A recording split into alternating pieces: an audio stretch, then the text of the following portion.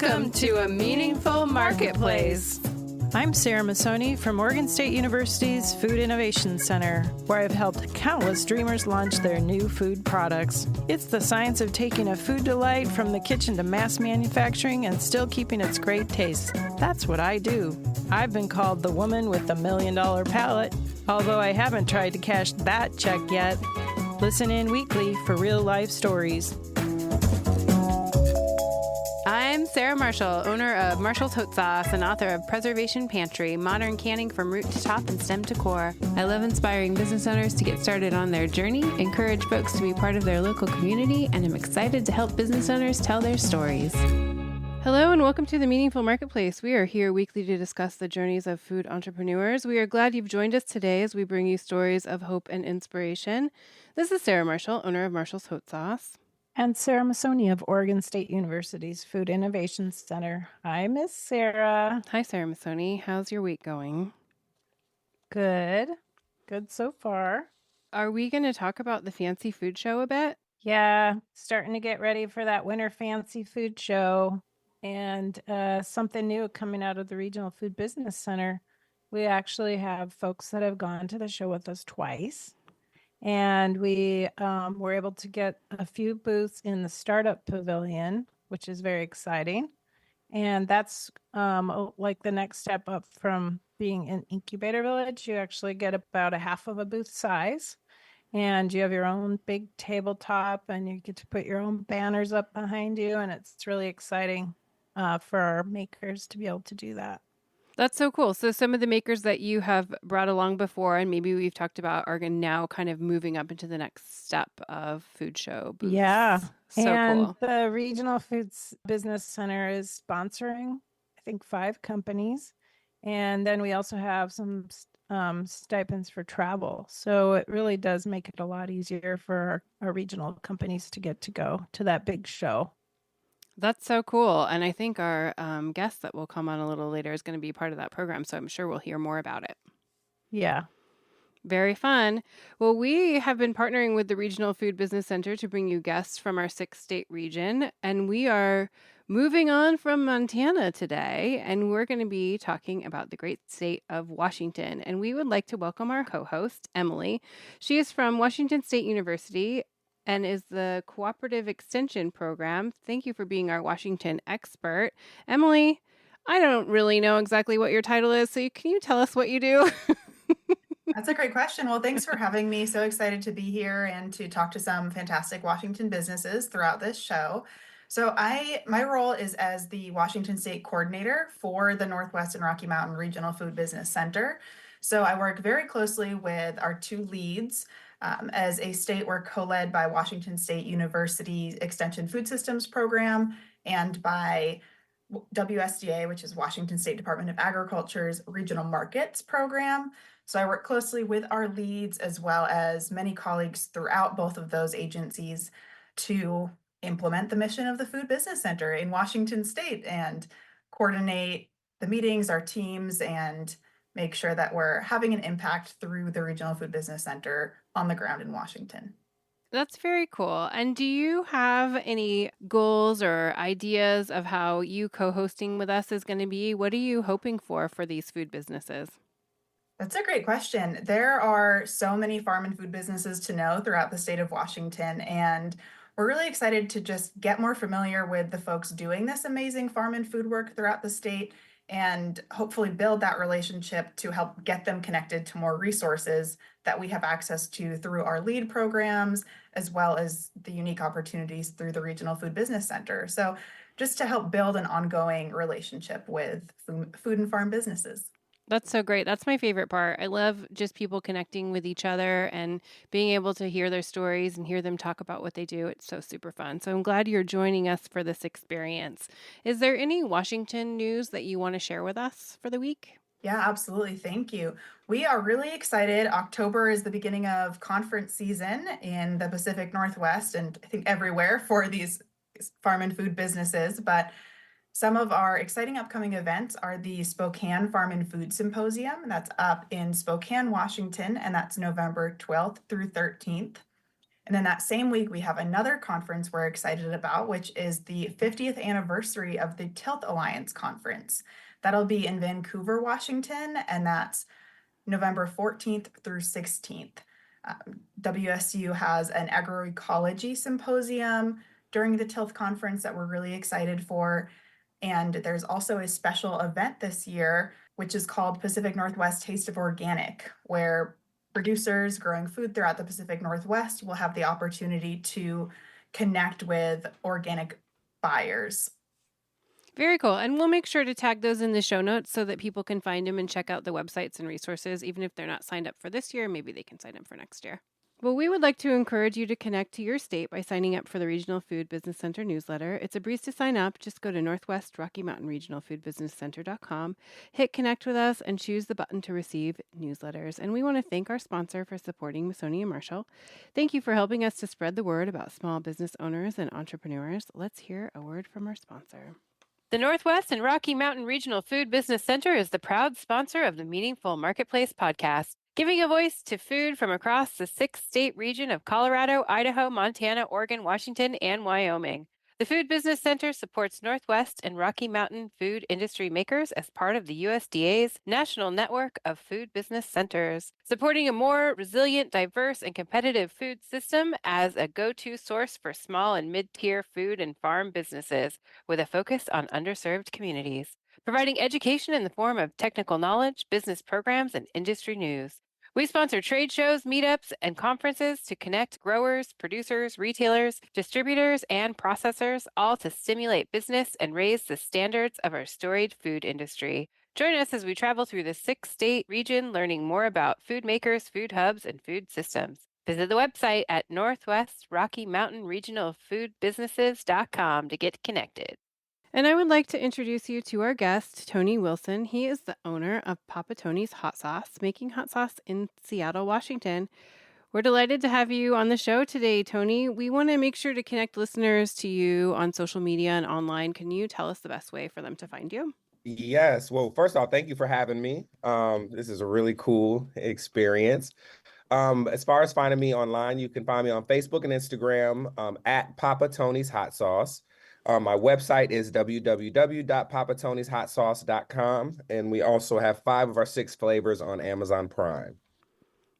Very cool. Well, we'll make sure that those links are in the show notes so people can click on over. And we always kind of like to start at the beginning of people's journeys. So how did you start and what inspired you to start your hot sauce business?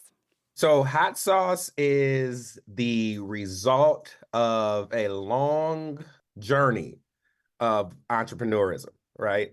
So basically, I like to start with like whatever, because hot sauce really kind of found me. So I want to start with everything that kind of happened before that.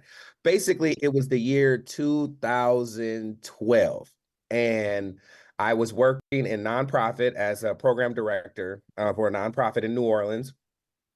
Because that community-based work was always a passion of mine. The issue was it was not paid very well, and there was so much red tape and stuff that you had to deal with. You had to deal with grants, and you had to deal with just other people who just had different motives, when I just wanted to use this money to help the community and like build and motivate people. Then I realized that wasn't going to get me where I wanted to go. So I said, I'm not going to get where I want to be if I have to work for somebody. And so at that point, I literally said that to myself. I had that conversation with myself, but I had no money. I had no background in being an entrepreneur, and nobody in my family had ever been an entrepreneur or even had money to help fund anything. So I took the talent that I had, which was writing. And so I ended up finding this book of poetry that I wrote, this notebook of poetry that I wrote in college. And I published it. I self-published it and put it into a book. And then I started going to poetry shows around New Orleans. And through this, I started to meet the community and kind of build around that community. And I started hosting my own poetry shows. So like weekly, I was just like hosting shows. And then I was like, okay, I'm going to go to London and Paris, and I'm going to perform at some open mics in London and Paris. So I saved up my money, went over there, started building connections there. This is how I actually met my wife, doing the poetry stuff. I was working in nonprofit and doing poetry on the weekend. My wife worked for another nonprofit, and then she was like, here I was doing this poetry stuff. She came to one of my shows. And so we started dating from there. And so she fell in love with the vision as well. So she would travel with me. So I'd go to Paris and London and Amsterdam and all kind of stuff. My wife would get a ticket and meet me over there. Like, okay, let's turn this into a trip. So I did that. Then that kind of morphed into doing music. I would work with producers in London and Paris and Ecuador and some in Louisiana as well. So I put out a lot of bodies of work. But through this, I learned a lot of skills. And part of these skills were how to advertise yourself, learning how to create a press kit, right? Learning how to create a flyer or an album cover. All these things I learned how to do myself. So I put all that into the creative arts thing. The only thing, as many of you probably may know, is music doesn't pay anything. You can do a show. Like I did a show. I did a headlining show at First Avenue, which was Prince's Club back in the day.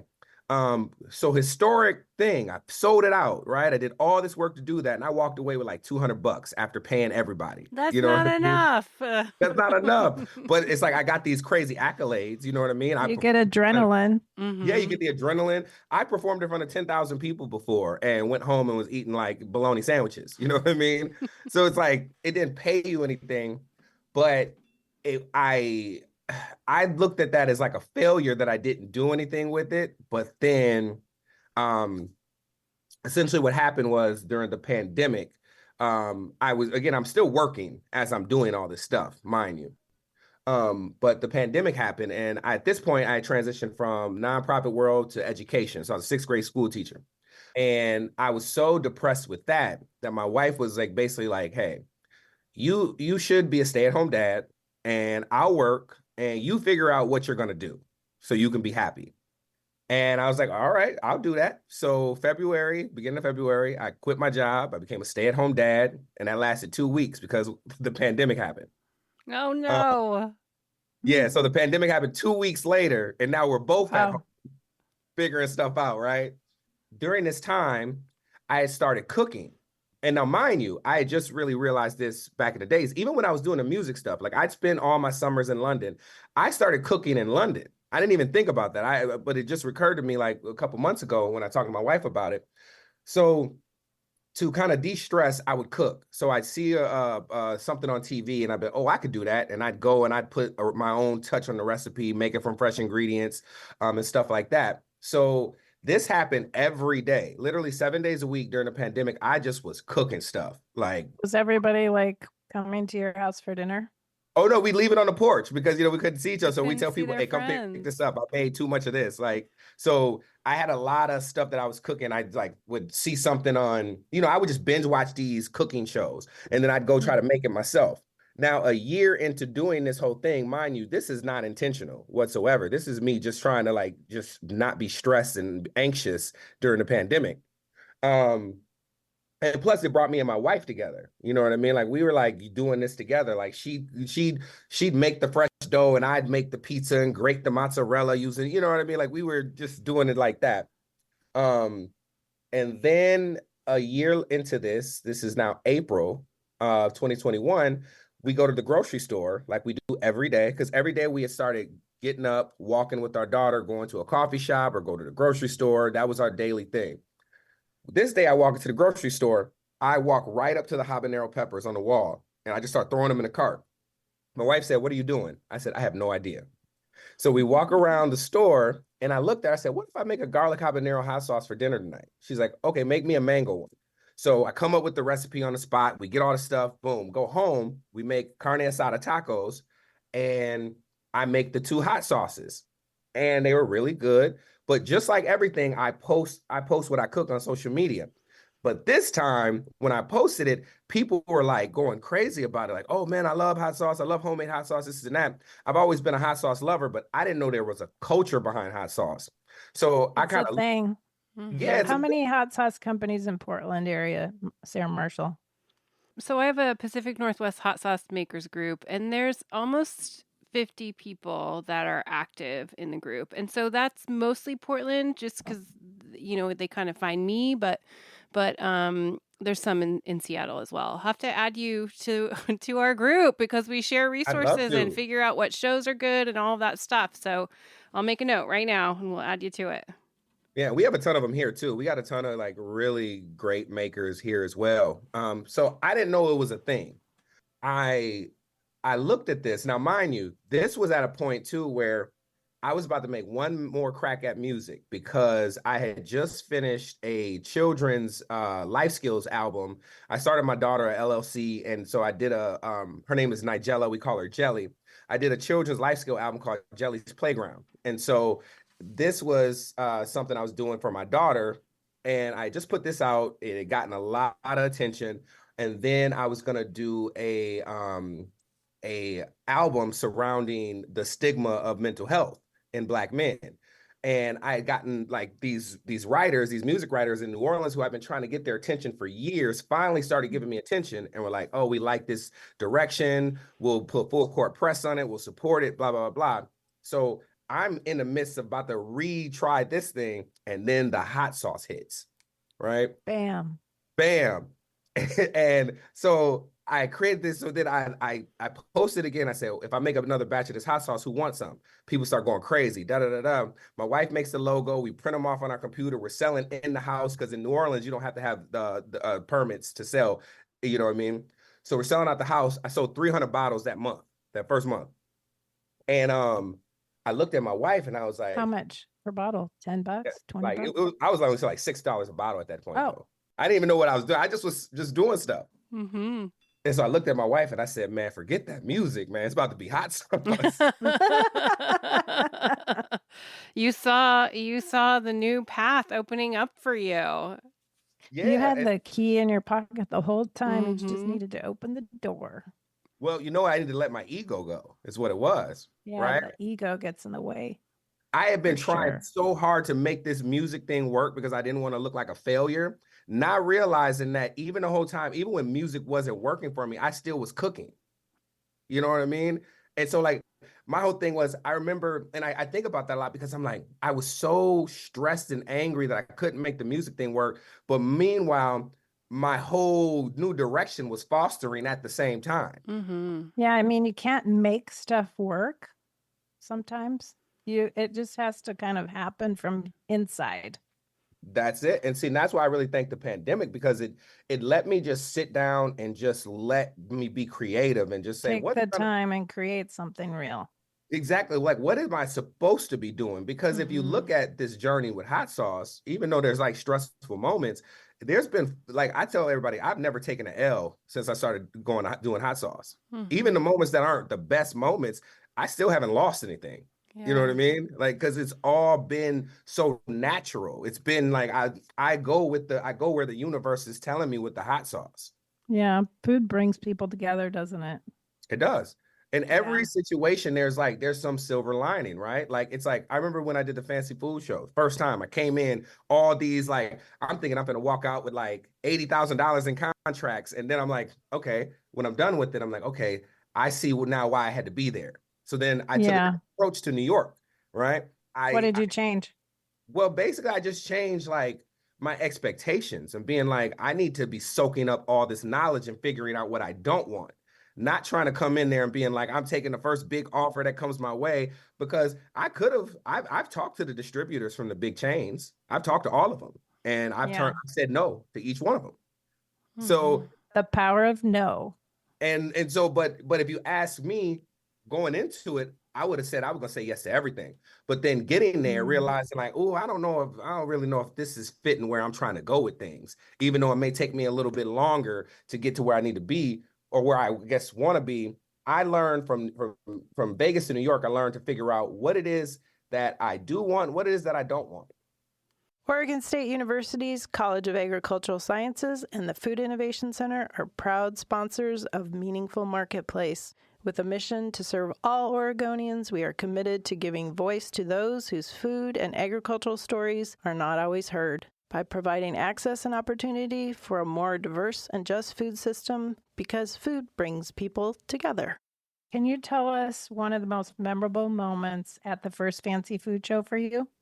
Man, walking in that building, like hot sauce brought me to Vegas. I ain't never been to Vegas in my life. Like, I'm in Vegas. I brought my mom out there. My mom got right off the plane and she spent, because she's on my payroll now, so she spent her whole paycheck the at the casino? the first day. I'm like, so I guess I'm paying for the rest of this trip for you, huh? But in general, like I got to go there with my mom, and just walking into that building and just seeing all these big displays and these brands, and just like, I don't know, like I'm an emotional guy. I'm a very emotional guy. My wife would tell you I'll cry on a dime, right? So it's like if something makes me feel good, even if it don't bring me any money, I still go back there. And it just Yeah. was like, it was so satisfying. Like, wow, look what you created this thing in your house during the pandemic. And now you're here on the big stage in Las With Vegas. all the big businesses. All the big, and then I had like some of those big hot sauce guys You coming know over. what they say? You're supposed to hang out with the people that you want to be like. Yep. Yep. And so it was like the guys from Dave's Gourmet, like some of the people that worked for them came over and they're going crazy about my hot sauce. And I'm like, you guys are the big dogs. Like that's a Emily, have you ever been to the fancy food show? No, I haven't. Well, you want to go? We'll get you should try to go next time. And I actually, Tony, met your mom at that food show. And I see her at events, and I think it is so rad that you have your mom on your payroll. Yeah. And what's funny, I'm from Minneapolis, Minnesota originally, and I did a pop-up there in May. And the guys I went to college with came, my roommates in college came. I haven't seen them in a long time. And, they were like, you did what you always said you were going to do. And I don't remember because these were a lot of days, lots of booze where we were in the room talking about what we want to do in the future. And they're like, you don't remember you always told me you were going to take care of your mom? Oh, and here you are doing it. Look at you. I love that. Cool. And you were one of the businesses we were mentioning before that's going to move to a bigger booth pavilion. And so do you have a approach or plans for that January show? I'm gonna have a lot of fun with it. I'm just gonna have a lot of fun with it. Like I don't have a specific, approach, but I mean, I got, we're doing, I'm just going very colorful. I just want to have fun with it. You know what I mean? And meet a lot of people. I feel like I've accomplished a lot from, even Incubator Village and what I've gained out of that and the accounts and stuff that I've gained out of that. So I just want to keep on going on that journey of, figuring out what it is that I want. And like I said, being in the room with these folks, you know what I mean? Like when we did the New York thing, we were on the yacht and I'm like, man, I'm on this big boat party and you know what I mean? That's right. Like we were sitting there eating. All my friends were making fun of me because I'm taking pictures and they're like, you like a 50-year-old man taking those. That was fun. They're like, you're stunting on all of us. Okay, so I was on a call with you earlier this week and you said something about it took 2 shows and you closed a big sale, right? Yep. So you don't have to tell us who it is, but tell us a little bit about how that went. Well, I just sent my enrolling paperwork, so I'm in their system. So now we just got to get the word on first order. Again, this is a learning thing, right? It was like I saw this podcast the other day, hip hop podcast, and he talked about this guy was talking about Jay-Z. He said that he missed the opportunity because when he met Jay-Z, he told a really lame joke. And somebody said that has nothing to do with him wanting to work with you. They're like, Jay-Z has to see you in motion. So he's got to see you at this event, then he got to see you at that event, then he got to see you at that event, and then you got to be everywhere. Right. And so that's what on social media too. That's what I learned because what's crazy is so I made a great connection with the buyer in Vegas. What's crazy is 2 weeks later, I'm going to LA to do a pop-up with Facebook, and this buyer is in the seat in front of me. Nice. And I go up to, this is 6 a.m. So I go up to him like, hey, he's like, oh man, I got your samples. I'll be in touch with you. Okay, cool. Sent him an email. He's like, I'll be in touch with you. I left him alone at that point. Then he saw me in New York. And all he did is he just looked at me and said, I see you. I haven't forgotten about you. And that I knew I got it right there because he saw me in motion. I'm still moving, man. Whether or not I get this account or don't get this account, I'm still moving because I got to pay these bills. You know what I mean? Right. And so then he hit me up so New York was when New York was, and then he just hit me up about a month ago and was like, hey, we're ready to move forward. What flavors you think would work best here? We negotiated the flavors. He sent me the paperwork was sent back. You know what they say, right? Now No opportunity wasted. Yep. Do it now. Well, and sometimes I think what we see from entrepreneurs is like, one experience that's taking a long time or that doesn't work out, or when they get rejection, they let it paralyze them, and they don't move forward, or they think that they can't move forward, or it's not something. But you do really have to have patience in this business, and you do have to keep moving forward, and it's part of it, and things will come your way, but you have to still keep going with like grace and confidence, even if it's not all happening the way that you want it to. You got to reframe what everything means. Like I said, I haven't taken a loss since I started hot sauce, and that's because I've reframed it that way. Now, there have been opportunities that I have not gotten, but those opportunities weren't for me. Yeah. You know what I mean? That's just what it is. And I can't sit there and be like, oh, they didn't pick me. I didn't get this. I didn't get that. Well, even those things, even those connections, those are really the middle of your funnel. So you have to go back to those people because every week, every month, something changes in their business too. So you just got to stay present. Yep. Stay present. And like I said, the rejection, like I talked to a guy who had a hot sauce company, and he started a food truck, and he said he hated doing hot sauce because people would sample, and he said he couldn't take the rejection of not buying. And it's like, the reality is you don't know why a person isn't buying, right? Yeah. Like, and it's not your job to know that, right? Your job is to sample hot sauce. I am a brand ambassador, right? That's what I am. I approach it with that. So if I got to go out and do 1,000 samples, I never pressure anybody to buy. It's all about sample. They'll decide if they want to buy. You don't know if folks like it and couldn't afford it. They could have hated it. They might not have the money. They may have ran out their budget that day. They may have 20 other hot sauces in their refrigerator, and their spouse told them, don't bring another bottle of hot sauce in this house. You know what I mean? I love that belt that you hold you have like this hot sauce holster basically that you use. Tell us how you came up with that idea. So I tell everybody that's what happens when it's 4 a.m. and I can't sleep. I come up with stuff like that. I was not knowing what the fancy food show was going to look like. I was trying to think of ways that I can, one, create an efficient model to display my hot sauces, but also like I was thinking like, oh, what if it's so crowded and I need to step out and I need to have people around me and I need to, I can't have the hot sauces in my hand. So I woke up at 4 a.m. I was like, wait, let me make this hot sauce belt. So I ordered these beer holsters off of Amazon and put them on a canvas belt. And man, it's been such an attention grabber. And people love it. When I see them walk by you at shows, everyone like laughs and they're like, oh, it's so fun. It like creates an instant party vibe. Yeah, it does. But it also helps me with like my sampling process. Are you ready to take your food packaging to the next level? Elevate your brand with epackagesupply.com. ePackage Supply offers high-quality, food-grade packaging proudly made in the USA. Plus, they're your one-stop shop for expert advice, custom labels, and printing options. Whether you're just starting out or scaling up, ePackage Supply provides flexible quantities and competitive pricing to fit your business's unique needs. Visit epackagesupply.com and use code MEANINGFUL10. That's meaningful10 for 10% off your order.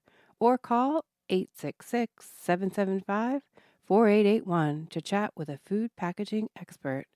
ePackage Supply, your partner in packaging. Visit epackagesupply.com today. Emily, have you had Papa Tony's hot sauce? I haven't, but I think I'll have to go on Amazon right after this. Yeah. Are you, Tony, are you doing any shows in Seattle that Emily can come to so she can see your cool holster and try your sauces? Well, we're at the Ballard Farmers Market every Sunday, if you ever go there. We're at the U District Farmers Market every Saturday, West Seattle on Sundays as well. And then we'll be doing like the Gobble Up show at Hangar 30. Perfect. That'll Very be fun. Emily, you think you can make it to any of those things? Maybe we'll have to fly her to Vegas. Vegas. Now. Thank you. I wrote them all down. We should put these. You might have to come to Vegas now. I know. Or you can come to Vegas and then we'll all be there. Yeah, it would But be I can't great. decide. I can't decide which one I like better. I can't decide if it's the New York show or the Vegas show because they're both two different vibes. Well, don't quote me, but maybe you'll get to go to New York too and start a Hey, pavilion. I don't know. we'll see, you know. I didn't know this opportunity was going to come and it came this way. So, We just thought it up. but We in should. general, it's like I tell everybody, like I tell all these business, I'm like, it's something you should experience. You know what I mean? And a lot of people aren't, a lot of people are so results oriented. They can't help, they don't like going into a situation and coming out so quote unquote empty handed.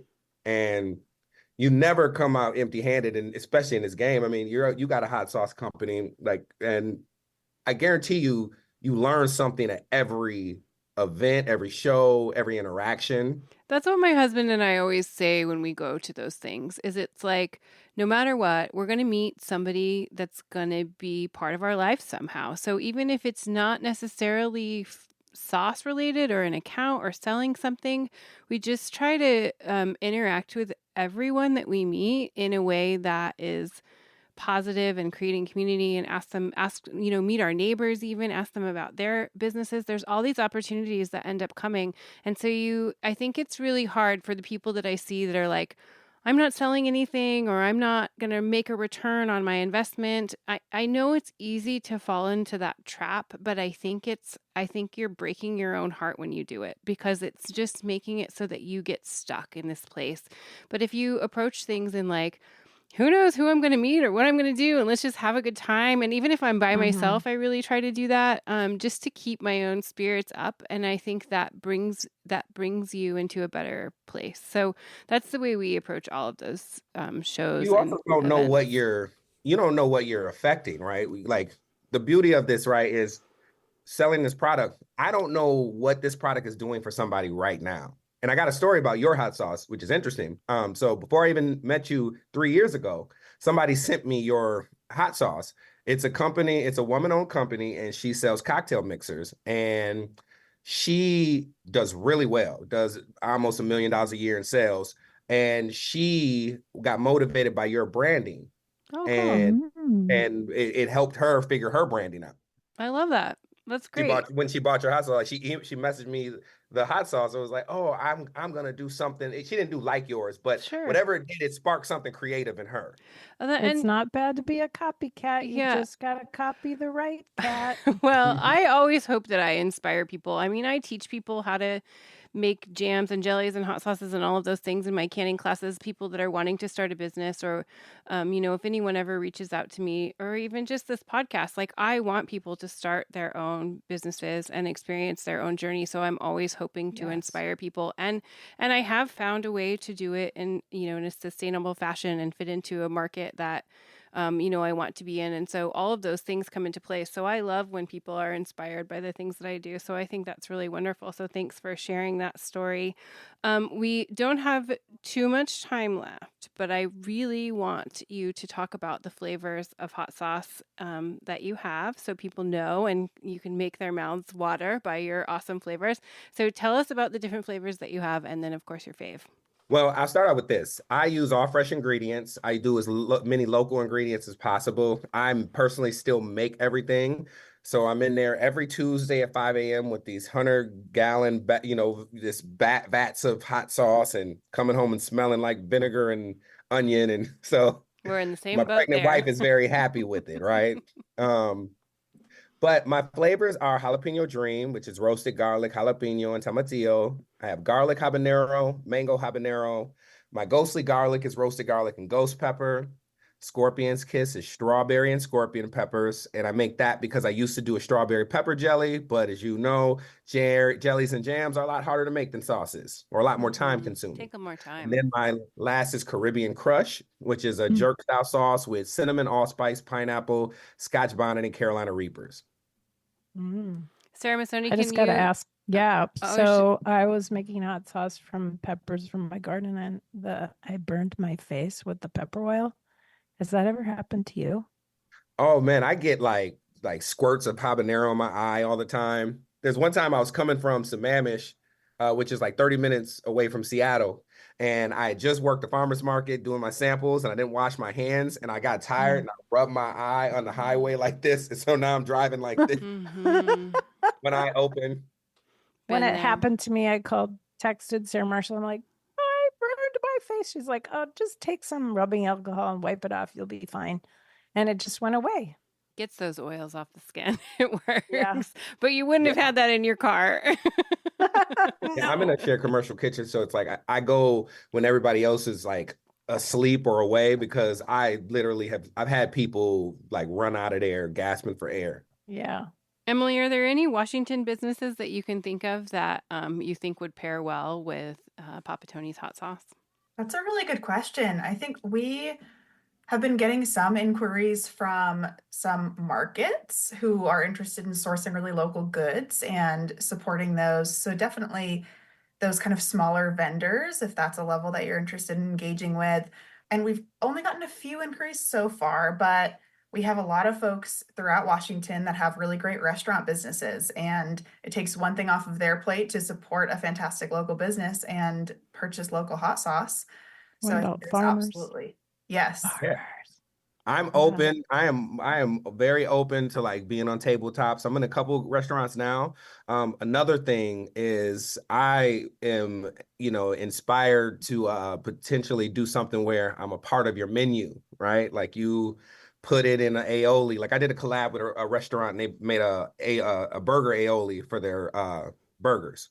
Yeah, working with restaurants is really fun. Emily, can you think of any resources that would fit with Tony's business? I know you mentioned some in the beginning, but maybe there's some specific ones that you can. Yeah, definitely. One I would absolutely recommend it here. It sounds like it's a priority for you to source local, and I'd absolutely recommend the Eat Local First. It's a directory, the There Eat you go. Local First directory, where you can look at a map of Washington and find local farmers throughout the state making different products and figure out how you can purchase from them. So we absolutely recommend Eat Local First. And at WSDA, we also work closely with folks on our regional markets team who primarily work connecting folks to different resources. So if you have marketing needs, then that's something that myself and our WSDA team can sit down and figure out the exact resource that suits whatever need you're facing at any given time with your business. Perfect. Well, we have to wrap the show for today. So one final question would be, where can people buy sauce from you directly? So directly on my website, papatonyshotsauce.com. They want to do Amazon Prime, they can do that. We're in all 15 PCC stores. And that's probably the most place I could say for now until we get officially placed in that other guy that I'm talking about. Perfect. Any final things you want to let our listeners know before you go? Be fearless, be humble, and be accepting of all the challenges. I love that. Well, That's thanks great. for taking the time to chat with us today. And I hope that lots of people make their way to you and your business. And I'm sure I'll see you at lots of winter shows this year. And I have one thing. Tony's going to be at the Food Innovation Center Holiday Bazaar on December 12th. Yay! Yes, indeed. Whoop, whoop. So, Emily, you can come and see him then. Yes, indeed. Looking forward to it. And thank you guys again for having me. Of course. Thank you for listening to the Meaningful Marketplace podcast. Before you go, show us some love for your fave podcast by leaving us a review on Apple Podcasts or iTunes. Follow us on Instagram and YouTube at Meaningful Marketplace Podcast. And you can call or text Sarah and I with questions at 503-395-8858. And we could not do this without our fantastic team at the Joy of Creation Production House. Thank you to Kayleen, our production assistant, and Haley, our audio engineer. We will be back next week, everybody. Thanks for joining. Bye. Bye for now.